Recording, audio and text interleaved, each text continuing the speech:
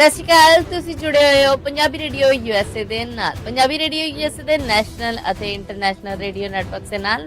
ਸਾਡੇ ਸਭ digital platforms ਜਿਨ੍ਹਾਂ 'ਚ ਫੇਸਬੁੱਕ, YouTube, ਇੰਸਟਾਗ੍ਰਾਮ ਅਤੇ ਟਿਕਟੌਕ ਤੇ ਸਭ ਦੇਖਣ ਅਤੇ ਸੁਣਨ ਵਾਲਿਆਂ ਨੂੰ ਅਪਡੇਟ ਪਾਕਿਸਤਾਨ 'ਚ ਜੀ ਆਇਆਂ ਨੂੰ ਆਖਦੇ ਹਾਂ। ਮੈਂ ਹਾਂ ਆਪ ਸਭ ਦੇ ਨਾਲ ਮੌਜੂਦ ਪਰਵੀਨ ਮਸੂਦ ਤੇ ਮੇਰੇ ਨਾਲ ਸਾਥ ਦੇਣ ਲਈ ਮੌਜੂਦ ਨੇ ਮਸੂਦ ਮਲੀ ਜੀ। ਮਸੂਦ ਜੀ ਆਇਆਂ ਜੀ। ਬਹੁਤ ਧੰਨਵਾਦ ਪ੍ਰਵੀਨ ਜੀ, ਔਰ ਮੇਰੇ ਵੱਲੋਂ ਸਭ ਸੁਣਨ ਵਾਲੇ ਸਰੋਤਿਆਂ ਨੂੰ, ਦਰਸ਼ਕਾਂ ਨੂੰ ਦੋਵੇਂ ਹੱਥ ਜੋੜ ਕੇ ਸਲਾਮ, ਆਦਾਬ, ਸਤਿ ਸ੍ਰੀ ਅਕਾਲ ਜੀ ਆਇਆਂ ਨੂੰ ਕਹਿੰਦੇ ਅੱਜ ਉਦੋਂ ਜਦੋਂ ਅਮਰੀਕਾ ਦੇ ਵਿੱਚ 27 ਨਵੰਬਰ ਸਾਲ 2025 ਦਾ ਦਿਨ ਡੁੱਬ ਚੁੱਕਿਆ ਔਰ ਪਾਕਿਸਤਾਨ 'ਚ 28 ਨਵੰਬਰ ਸਾਲ 2025 ਦੀ ਸ਼ੁਰੂਆਤ ਹੋ ਚੁੱਕੀ ਹੈ। ਪਾਕਿਸਤਾਨ ਨਾਲ ਜੁੜੀਆਂ ਪਿਛਲੀਆਂ 24 ਘੰਟੇ ਦੀਆਂ ਵੱਡੀਆਂ ਖਬਰਾਂ ਨੇ ਜਿਹੜੀਆਂ ਉਹਦੇ ਬੁਲਟਨ 'ਚ ਆਪ ਸਭ ਦਾ ਬੜਾ ਨਿੱਘਾ ਜਿਹਾ ਸਵਾਗਤ ਹੈ। ਇਹ ਖਬਰਾਂ ਅਸੀਂ ਹਫ਼ਤੇ 'ਚ 5 ਦਿਨ ਮੰਡੇ ਟੂ ਫਰਾਈਡੇ ਤੁਹਾਡੇ ਲਈ ਪੇਸ਼ ਕਰਨੇ। ਜੇ ਇਹਨਾਂ ਖਬਰਾਂ ਨੂੰ ਸਪਾਂਸਰ ਕਰਨਾ ਹੋਏ ਤੇ ਸਾਡਾ ਟੈਲੀਫੋਨ ਨੰਬਰ ਹੈ ਜੀ 408 272 5200 4082725200। ਵਧਦੀਆਂ ਖਬਰਾਂ ਹਲੇ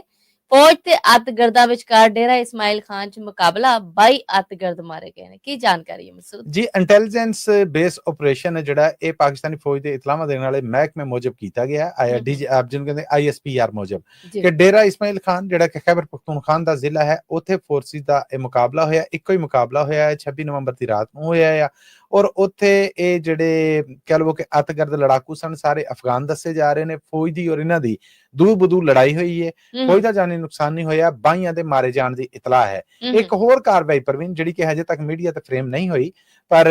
ਸਾਨੂੰ ਕਨਫਰਮ ਵੀ ਨਹੀਂ ਹੋ ਰਹੀ, ਪਰ ਅਸੀਂ ਮੁੱਢਲੀ ਇਤਲਾਹ ਦੇ ਦਈਏ ਕਿ ਅਫਗਾਨਿਸਤਾਨ ਦੇ ਨਾਲ ਜੁੜੇ ਪਾਕਿਸਤਾਨ ਦੇ ਸਰਹੱਦੀ ਇਲਾਕੇ ਔਰ ਖੈਬਰ ਪਖਤੂਨਖਵਾ ਦਾ ਇਹ ਇਲਾਕਾ ਆ, ਉੱਥੇ ਇੱਕ ਅੱਤਗਰਦ ਕਾਰਵਾਈ ਯਾਨੀ ਅਫਗਾਨਿਸਤਾਨ ਵਾਲੇ ਪਾਸਿਓਂ ਹਮਲਾ ਹੋਇਆ ਔਰ ਆਖਿਆ ਜਾ ਰਿਹਾ ਹੈ ਕਿ ਪਾਕਿਸਤਾਨੀ ਫੌਜ ਦੀ ਮੈਡੀਕਲ ਕੋਰ ਦੀ ਇੱਕ ਕੈਪਟਨ ਡਾਕਟਰ ਹੈ ਜਿਹੜੀ ਉਹ ਵੀ ਇਸ ਹਮਲੇ ਦਾ ਨਿਸ਼ਾਨਾ ਬਣੀ ਹੈ ਔਰ ਜਾਨ ਦੀ ਬਾਜ਼ੀ ਹਾਰ ਗਈ ਹੈ। ਇਹ ਸਾਨੂੰ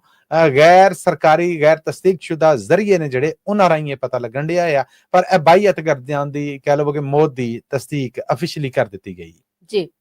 ਇਮਰਾਨ ਖਾਨ ਦੀ ਸਿਹਤ ਬਾਰੇ ਕੋਈ ਚੰਗੀਆਂ ਖਬਰਾਂ ਨਹੀਂ ਜੀ ਆ ਰਹੀਆਂ ਤੇ ਸੁਣਿਆ ਹੈ ਕਿ ਉਹਨਾਂ ਨੂੰ ਕੋਈ ਮਿਲਣ ਵੀ ਨਹੀਂ ਦਿੱਤਾ ਜਾ ਰਿਹਾ ਕਿਸੇ ਨੂੰ।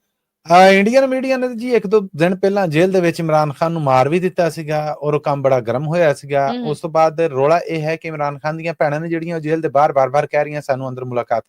ਕਰਾਓ ਉਹਦੇ ਨਾਲ।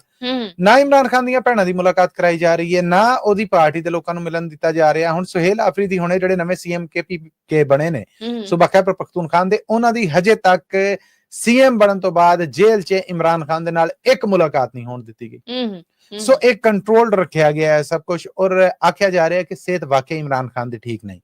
ਕੱਲ ਜਦੋਂ ਸੁਹੇਲ ਆਫਰੀਦੀ ਨਹੀਂ ਮਿਲਣ ਦਿੱਤਾ ਗਿਆ, ਉਹਨਾਂ ਫਿਰ ਇhtਜਾਜ ਕੀਤਾ ਔਰ ਉਹਦੇ 'ਚ ਉਹਨਾਂ ਨੇ ਮੀਡੀਆ ਨੂੰ ਕਿਹਾ ਕਿ ਸਾਡੇ ਕੋਲ ਪੱਕੀਆਂ ਰਿਪੋਰਟਾਂ ਨੇ ਕਿ ਇਮਰਾਨ ਖਾਨ ਦੀ ਸਿਹਤ ਜੇਲ੍ਹ 'ਚ ਵਿਗੜੀ ਹੈ।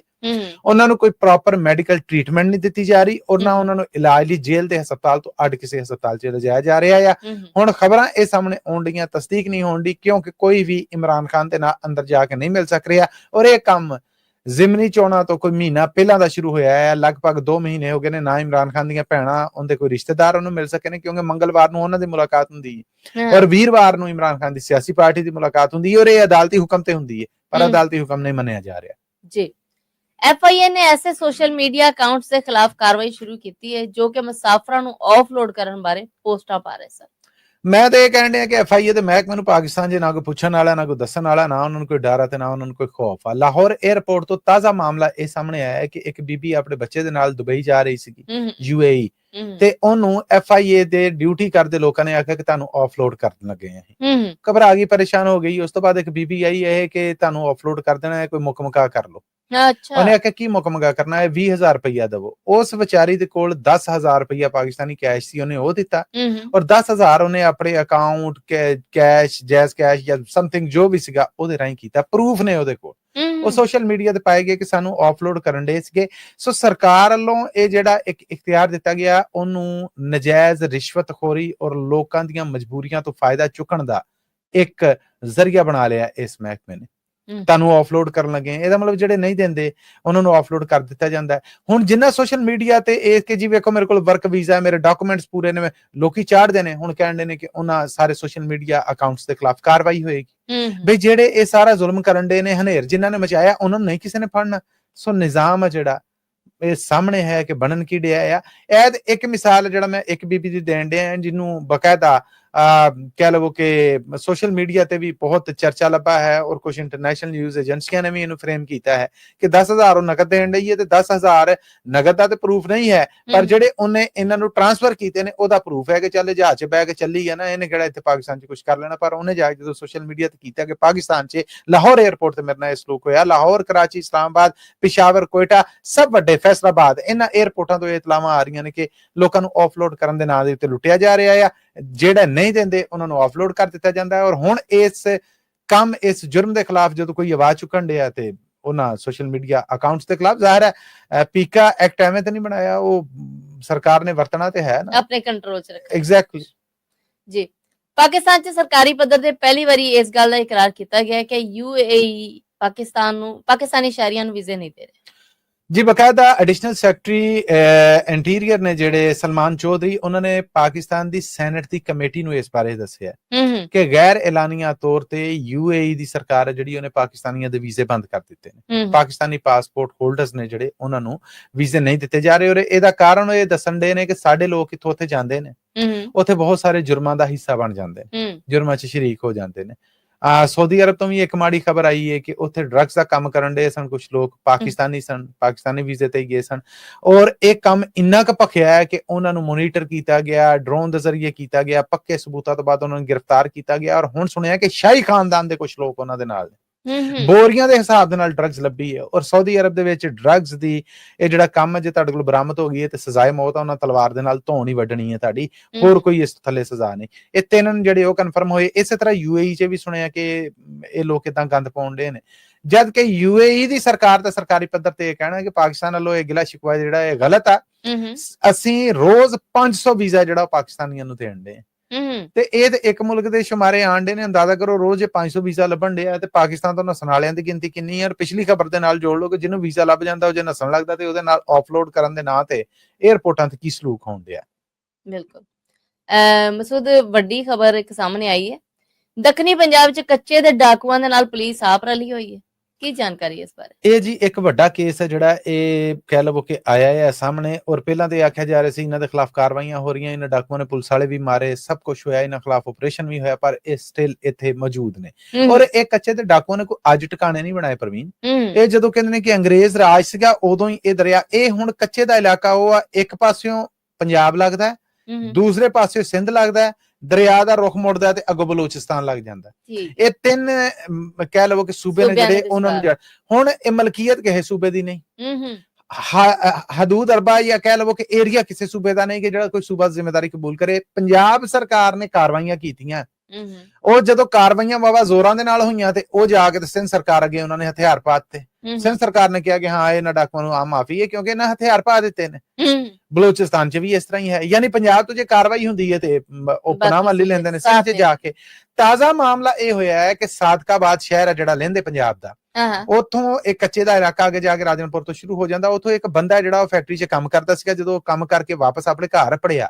ਤੇ ਰਿਕਸ਼ੇ ਤੋਂ ਉਤਰਿਆ ਤੇ ਅੱਗੇ ਹਨੇਰੇ 'ਚ ਨਕਾਬਪੋਸ਼ 6 ਨੇ ਜਿਹੜੇ ਉਹਨਾਂ ਨੇ ਉਹਨੂੰ ਮਾਰਿਆ ਕੁੱਟਿਆ ਮੋਬਾਈਲ ਪਰਸ ਖੋਲਿਆ ਔਰ ਰਿਕਸ਼ੇ ਤੇ ਇੱਕ ਤਾਬੂਕ ਰੱਖਿਆ ਸੀਗਾ ਬਕਸਾ ਰੱਖਿਆ ਸੀ ਉਹਦੇ 'ਚ ਉਹਨੂੰ ਪਾਤਾ ਔਰ ਆਖਿਆ ਕਿ ਜੇ ਕੁਸਕਿਓ ਤੇ ਇਹ ਗੋਲੀ ਮਾਰ ਦੇਣਾ ਬੜਾ ਮਾਡਰਨ ਅਸਲਾ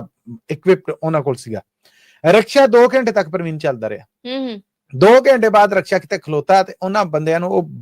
ਬੰਦਾ ਦੱਸਦਾ ਮੈਨੂੰ ਮਹਿਸੂਸ ਹੋਇਆ ਕਿ ਕੋਈ ਗੱਲਬਾਤ ਖੁਸਰ ਫੁਸਰ ਹੋਈ ਹੈ ਮੈਂ ਤੇ ਇਹ ਪਰੇਸ਼ਾਨ ਸਾਂਗੇ ਮੈਨੂੰ ਹੁਣ ਇਹਨਾਂ ਮਾਰਨਾ ਉਸ ਤੋਂ ਬਾਅਦ ਕਿਸੇ ਹੋਰ ਦੇ ਸਪੁਰਦ ਕਰ ਦਿੱਤਾ ਗਿਆ ਫਿਰ ਇਹ 3 ਘੰਟੇ ਰਿਕਸ਼ਾ ਚੱਲਦਾ ਰਿਹਾ ਮੈਂ ਭੁੱਖਾ ਪਾਣਾ ਉੱਥੇ ਪਿਆ ਰਿਹਾ ਉਸ ਤੋਂ ਬਾਅਦ ਇਹ ਉਹ ਰਿਕਸ਼ੇ ਤੋਂ ਬਾਅਦ ਮੈਨੂੰ ਬਾਹਰ ਕੱਢਿਆ ਗਿਆ ਬਾਹਰ ਕੱਢ ਕੇ ਤੇ ਮੈਨੂੰ ਇਹ ਜੰਗਲ 'ਚ ਉਹਨਾਂ ਨੇ ਪਤਾ ਨਹੀਂ ਕਿੰਨਾ ਚਿਰ ਚਲਾਇਆ ਜੰਗਲ 'ਚ ਚਲਾਉਣ ਤੋਂ ਬਾਅਦ ਅੱਗੇ ਕਸ਼ਤੀ 'ਚ ਬਿਠਾਇਆ ਕਸ਼ਤੀ 'ਚ ਬਿਠਾ ਕੇ ਫਿਰ ਇਹ ਮੇਰੀਆਂ ਅੱਖਾਂ ਬੰਨੀਆਂ ਤੇ ਫਿਰ ਮੈਨੂੰ ਇਹ ਉਹਨਾਂ ਨੇ ਇੱਕ ਨੇ ਇੱਕ ਬਾਂਹ ਤੋਂ ਫੜਿਆ ਤੇ ਇੱਕ ਨੇ ਇੱਕ ਤੇ ਦਵਾ ਦਬ ਤੁਰ ਇਹ ਜੁੱਤੀ ਮੇਰੇ ਪੈਰੋਂ ਲੈ ਗਈ ਪਤਾ ਨਹੀਂ ਕਿੰਨਾ ਚਿਰ ਚਲਾਇਆ ਤੇ ਜਦੋਂ ਇਹ ਅੱਖਾਂ ਤੋਂ ਪੱਟੀ ਖੋਲੀ ਤੇ ਮੈਨੂੰ ਪਤਾ ਲੱਗਾ ਕਿ ਮੈਂ ਕੱਚੇ ਦੇ ਡਾਕੂਆਂ ਦੇ ਕੋਲ ਮੇਰੇ ਕੋਲੋਂ ਇਹ ਉੱਥੇ ਉਹਨਾਂ ਨੇ ਆਪਣੀ ਸਫਾਈ ਕਰਾਉਣੀ ਉੱਥੇ ਉਹਨਾਂ ਨੇ ਆਪਣੇ ਬਹੁਤ ਬੁਰਾ ਸਲੂਕ ਆ ਹੁਣ ਕੁਝ ਰੇਡੀਓ ਦੱਸਣ ਵਾਲਾ ਨਹੀਂ ਉਹ ਕਰਨਾ ਔਰ ਬਚਿਆ ਹੋਇਆ ਗੰਦਾ ਖਾਣਾ ਜਿਹੜਾ ਉਹ ਕਹਿਣ ਡਿਆ ਮੈਨੂੰ ਦਿੰਦੇ ਸੀਗੇ ਔਰ ਇੰਨਾ ਕੁ ਥੋੜਾ ਖਾਣਾ ਹੁੰਦਾ ਸੀਗਾ ਕਿ ਕਈ ਵਾਰਾਂ ਉਹਨਾਂ ਦੇ ਕਬੂਤਰਾਂ ਦਾ ਜਿਹੜਾ ਦਾਣਾ ਹੁੰਦਾ ਸੀਗਾ ਜਿਹਦੇ 'ਚ ਵਿਠਾਂ ਰਲੀਆਂ ਹੁੰਦੀਆਂ ਸੀ ਬੰਦਾ ਇਹ ਮੈਂ ਉਹਦੇ ਫੱਕੇ ਮਾਰ ਕੇ ਉਹ ਕਰਦਾ ਸਾਂ ਔਰ ਮੈਂ ਇਸ ਹੱਦ ਤੱਕ ਪਰੇਸ਼ਾਨ ਸਾਂ 3 ਬੰਦੇ ਇਹ ਮੇਰੇ ਤੋਂ ਬਾਅਦ ਵੀ ਉਹਨਾਂ ਨੇ ਫੜ ਕੇ ਲਿਆਂਦੇ ਉਹ ਤਿੰਨੇ ਰਿਹਾ ਹੋ ਕੇ ਚਲੇ ਗਏ ਤੇ ਮੈਂ ਇਹ ਦੁਆਵਾਂ ਕਰਦਾ ਸਾਂ ਮੇਰੇ ਘਰ ਵਾਲੇ ਕਿਸੇ ਤਰ੍ਹਾਂ ਕਿਸੇ ਕੋਲ ਮੰਗ ਪੈਣ ਕੇ ਇਹਨਾਂ ਨੂੰ ਦੇ ਕੇ ਮੈਨੂੰ ਛੁਡਾ ਲੈਣ ਪਿੱਛੇ ਹੁਣ ਘਰ ਵਾਲਿਆਂ ਦੇ ਨਾਲ ਕੀ ਹੋਇਆ ਉਹਨੇ ਆਪਣੇ ਭਣਵਈਏ ਦਾ ਨੰਬਰ ਦਿੱਤਾ, ਉਹਨਾਂ ਨੇ ਉਹਦੇ ਨਾਲ ਰਾਬਤਾ ਕੀਤਾ, ਭਣਵਈਏ ਨੇ ਪੁਲਿਸ ਨੂੰ ਰਿਪੋਰਟ ਕੀਤੀ ਤੇ ਪੁਲਿਸ ਦਾ SHO ਰਾਣਾ ਰਮਜ਼ਾਨ ਕੀ ਕਹਿ ਰਿਹਾ ਹੈ ਕਿ ਇਹਨਾਂ ਨੂੰ ਹੋਲਡ ਤੇ ਰੱਖ, ਪੈਸੇ ਨਾ ਦੇਈ ਹਜੇ। 10 ਦਿਨ ਤੱਕ ਟਾਲ ਮਟੋਲ ਚੱਲਦੀ ਰਹੀ। 10ਵੇਂ ਦਿਨ ਡਾਕੂ ਨੇ ਕਿਹਾ ਕਿ ਤੁਹਾਡੇ ਕੋਲ 2 ਦਿਨ ਨੇ ਬੰਦੋਬਸਤ ਕਰ ਲਵੋ, 50 ਲੱਖ ਰੁਪਈਆ ਦਵੋ, ਨਹੀਂ ਤੇ ਬੰਦਾ ਤੁਹਾਡਾ ਮਾਰ ਦੇਣ ਲੱਗੇ। ਹੁਣ SHO ਰਮਜ਼ਾਨ ਕੀ ਕਹਿ ਰਿਹਾ ਆ ਕਿ ਜੀ ਤੁਸੀਂ ਐਵੇਂ ਕਰੋ ਕਿ ਫਲਾਂ ਥਾਂ ਕੱਚੇ ਚ ਚਲੇ ਜਾਓ ਜਾਂ ਫਲਾਂ ਥਾਂ ਚਲੇ ਜਾਓ, ਉੱਥੇ ਫਲਾਂ ਬੰਦਾ ਮਿਲੇਗਾ, ਉਹਨੂੰ 10 ਲੱਖ ਰੁਪਈਆ ਕੈਸ਼ ਦੇ ਦਿਓ, ਤੁਹਾਡਾ ਬੰਦਾ ਲੱਭ ਜਾਏਗਾ। ਉਹ ਗਏ, 2 ਦਿਨ ਲੰਘੇ, ਉਹਨਾਂ ਆਖਿਆ ਜੀ ਬੰਦਾ ਨਹੀਂ ਹਜੇ ਤੱਕ ਆਇਆ। ਉਧਰੋਂ ਉਹ ਇੱਕ ਡਾਕੂ ਨੇ ਦੱਸਤਾ ਕਿ ਅੱਜ ਰਾਤ ਨੂੰ ਹੀ ਛੱਡ ਦੇਣਾ ਆ, ਕੋਈ ਡੀਲ ਹੋ ਗਈ ਹੈ, ਜੋ ਵੀ ਮਾਮਲਾ ਬਣਿਆ। ਉਸ ਤੋਂ ਬਾਅਦ ਜਦੋਂ ਉਹਨੂੰ ਛੱਡਿਆ ਗਿਆ, ਉਹ ਵਾਪਸ ਆਇਆ, ਉਹਨੂੰ ਥਾਣੇ ਲੈ ਕੇ ਆਏ, ਯਾਨੀ ਜਿਹੜੇ ਬੰਦੇ ਦੇ ਹਵਾਲੇ ਉਹਨੂੰ ਕੱਚੇ ਦੇ ਡਾਕੂਆਂ ਨੇ ਕੀਤਾ, ਉਹ ਲੈ ਕੇ ਉਹਨੂੰ ਸਾਦਕਾਬਾਦ ਥਾਣੇ ਉਸ SHO ਦੇ ਕੋਲ ਪਹੁੰਚਿਆ। SHO ਨੇ ਹਵਾਲਾ 'ਚ ਬੰਦ ਕਰਤਾ। ਉਹਨੇ ਆਖਿਆ ਮੈਨੂੰ ਮੇਰੇ ਘਰ ਜਾਣ ਦੋ, ਇਹ ਨਹੀਂ ਬਾਹਰ ਹਾਲਾਤ ਠੀਕ ਨੇਗੇ, ਤੇਰੇ ਘਰ ਵਾਲਿਆਂ ਦੇ ਸਪੁਰਦ ਤੈਨੂੰ ਸਵੇਰੇ ਕਰਾਂਗੇ। ਸਵੇਰੇ ਜਦੋਂ ਘਰ ਵਾਲੇ ਆਏ ਤੇ ਉਹਨੇ SHO ਨੂੰ ਕਿਹਾ ਮੁਬਾਰਕ ਹੋਵੇ, ਤੁਹਾਡਾ ਬੰਦਾ ਲੱਭ ਗਿਆ, ਫਲਾਂ ਥਾਂ ਦੀ ਮਠਿਆਈ ਦਾ ਟੋਕਰਾ ਤੇ ਫੁੱਲਾਂ ਦੇ ਹਾਲ ਰਹਿ ਕੇ ਸਵੇਰੇ ਆਪੜੋ, ਮੀਡੀਆ ਦੇ ਸਾਹਮਣੇ ਤੁਹਾਡਾ ਬੰਦਾ ਤੁਹਾਨੂੰ ਦਾਂਗੇ। ਆਏ, ਫੁੱਲਾਂ ਦੇ ਹਾਰ ਪਏ, ਮਠਿਆਈਆਂ ਵਸੂਲ ਕੀਤੀਆਂ ਗਈਆਂ, ਮੀਡੀਆ ਦੇ ਸਾਹਮਣੇ ਬੰਦਾ ਸਪੁਰਦ ਕੀਤਾ ਗਿਆ ਤੇ ਘਰ ਜਾ ਕੇ ਉਹਨਾਂ ਨੇ ਆਖਿਆ ਯਾਰ ਅਸੀਂ ਤੇ 10 ਲੱਖ ਦੇ ਕੇ ਆਏ, ਜਦਕਿ ਮੀਡੀਆ ਦੇ ਸਾਹਮਣੇ ਇਹ ਕਿਹਾ ਗਿਆ ਕਿ ਅਸੀਂ ਡਾਕੂਆਂ ਦੇ ਨਾਲ ਮੁਕਾਬਲੇ ਤੋਂ ਬਾਅਦ ਸ਼ਦੀਦ ਫਾਇਰਿੰਗ ਤੋਂ ਬਾਅਦ ਆ ਬੰਦਾ ਛਡਾਉਣ 'ਚ ਕਾਮਯਾਬ ਹੋਏ ਆ ਤੇ ਇਹ ਜਨਾਬ ਅਸੀਂ ਉਹਨਾਂ ਦੇ ਘਰ ਵਾਲਿਆਂ ਤੇ ਸਪੁਰਦ ਕੀਤਾ ਤੇ ਵੇਖੋ ਖੁਸ਼ ਹੋ ਗਏ ਪੁਲਿਸ ਵਾਲਿਆਂ ਦੇ ਗਲਾਂ 'ਚ ਹਾਰ ਪਾਉਣ ਦੇ। ਜਦੋਂ ਹੁਣ ਗੱਲ ਖੁੱਲੀ ਏ ਤੇ ਪਤਾ ਲੱਗਾ ਕਿ ਇਹ ਪੁਲਿਸ ਵਾਲੇ ਨੇ ਜਿਹੜੇ ਡਾਕੂਆਂ ਨੇ 50 ਲੱਖ ਮੰਗਿਆ ਸੀ, ਪੁਲਿਸ ਵਾਲਿਆਂ ਨੇ ਉਹ ਬੰਦਾ 10 ਲੱਖ 'ਚ ਛਡਾ ਕੇ ਦਿੱਤਾ ਉਹਨਾਂ ਹੀ ਡਾਕੂਆਂ ਕੋਲੋਂ। ਹੁਣ ਆਪਸ 'ਚ ਲੈਣ ਦੇਣ ਕੀ ਹੈ, ਕਿੰਨੀ ਪਰਸੈਂਟੇਜ ਆ। ਦਰਦਨਾਕ ਗੱਲ ਇਹ ਹੈ ਕਿ ਪੁਲਿਸ ਦਾ ਸਾਦਕਾਬਾਦ ਦਾ ਜਿਹੜਾ ਮਹਿਕਮਾ ਆ ਉਹ ਡਾਕੂਆਂ ਦੇ ਨਾਲ ਰਲਿਆ ਜੀ। ਮਸੂਦ ਇਹਦੇ ਨਾਲ ਹੀ ਅਸੀਂ ਆਪਣੇ ਸਰੋਤਿਆਂ ਕੋਲ ਲੈਣੀ ਇਜਾਜ਼ਤ, ਪਰ ਜਾਣ ਤੋਂ ਪਹਿਲੇ ਉਹੀ ਗੱਲ ਜਿਹੜੀ ਸੀ ਹਰ ਵਾਰ ਕਰੀ ਦਿੰਦੇ ਜੀ। ਇਹ ਖਬਰਾਂ ਤੁਹਾਡੇ ਵਾਸਤੇ ਪੰਜਾਬੀ ਰੇਡੀਓ USA ਦੇ ਨੈਸ਼ਨਲ ਔਰ ਇੰਟਰਨੈਸ਼ਨਲ ਰੇਡੀਓ ਨੈਟਵਰਕ ਸਮੇਤ ਸਾਡੇ ਡਿਜੀਟਲ ਪਲੇਟਫਾਰਮਸ ਯਾਨੀ Facebook, YouTube, TikTok, Instagram ਤੇ ਵੀ ਪੇਸ਼ ਕੀਤੀਆਂ ਜਾਂਦੀਆਂ। ਹਫਤੇ 'ਚ 5 ਦਿਨ ਪਾਕਿਸਤਾਨ ਦੇ ਨਾਲ ਜੁੜੀਆਂ ਖਬਰਾਂ ਦਾ ਬੁਲਟਨ ਲੈ ਕੇ ਆਉਂਦੇ ਅਸੀਂ ਤੁਹਾਡੇ ਵਾਸਤੇ ਮੰਡੇ ਟੂ ਫਰਾਈਡੇ। ਜੇ ਇਹਨਾਂ ਖਬਰਾਂ ਨੂੰ ਸਪਾਂਸਰ ਕਰਨਾ ਹੋਵੇ ਤਾਂ ਸਾਡਾ ਟੈਲੀਫੋਨ ਨੰਬਰ ਹੈ 408 272 5200 4082725200। ਇਹਦੇ ਨਾਲ ਹੀ ਅਪਡੇਟ ਪਾਕਿਸਤਾਨ 'ਚ ਸਾਨੂੰ ਦਿਓ ਇਜਾਜ਼ਤ। ਅਗਲੇ ਅਪਡੇਟ ਪਾਕਿਸਤਾਨ ਤੱਕ ਲਈ ਮੇਰਾ ਤੁਹਾਡਾ ਸਾਡਾ ਸਾਰਿਆਂ ਦਾ ਰੱਬ ਰਾਖਾ।